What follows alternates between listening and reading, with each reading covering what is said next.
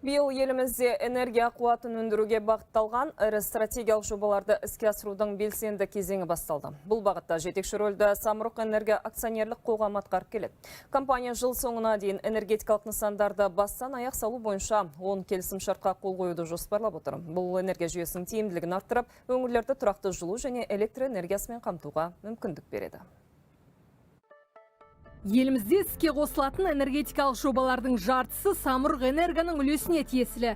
Компанияның инвестициялық портфелінде жалпы қуаты 12,6 гигаватт болатын энергетикалық нысандарды салуға және жаңғыртуға бағытталған 20 ірі жоба бар. Олардың қатарында көмір және газ генерациясы, жаңартылатын энергия көздері, су электр станциялары мен гидроаккумуляциялық электр станциялары бойынша жобалар қамтылған. Осы мақсаттарға жету үшін ауқымды дайындық жұмыстары жүргізілді. Тікелей шетелдік инвестицияларды тарту жұмыстары ұйымдастырылды. 5 жоба бойынша қазіргі таңда мердігер құрылыс алаңдарына жұмыстарды бастап кетті. Газ генерациясы бағытында Алматыдағы 2-ші жылу электр орталығын жаңғырту жұмыстары аяқталуға жақын. Сондай-ақ қазір 3-ші жылу электр орталығын қайта жаңғырту жұмыстары да қатар жүргізіліп жатыр.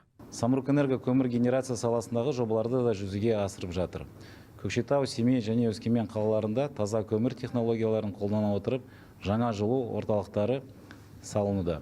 Сондай-ақ Екібастұз ГРЭС станциясында номер 3 және номер 4 энергия блоктарын орнату арқылы станцияны кеңейту жұмыстары жүргізіліп жатыр. Компания сондай-ақ Жамбыл, Павлодар, Қарағанды және Түркістан облыстарында ірі жел және күн электр станцияларын салуда. Үкімет пен Самұрық қазына қорының қолдауымен Самұрық энерго жобалардың негізгі инвестор ретінде Франция, Катар, Біріккен Араб Әмірліктері және Қытайдың жетекші инвесторларымен бірлесе қызмет атқарып келеді. Назым Кенжебай, Арман Ақшабаев, 24 KZ.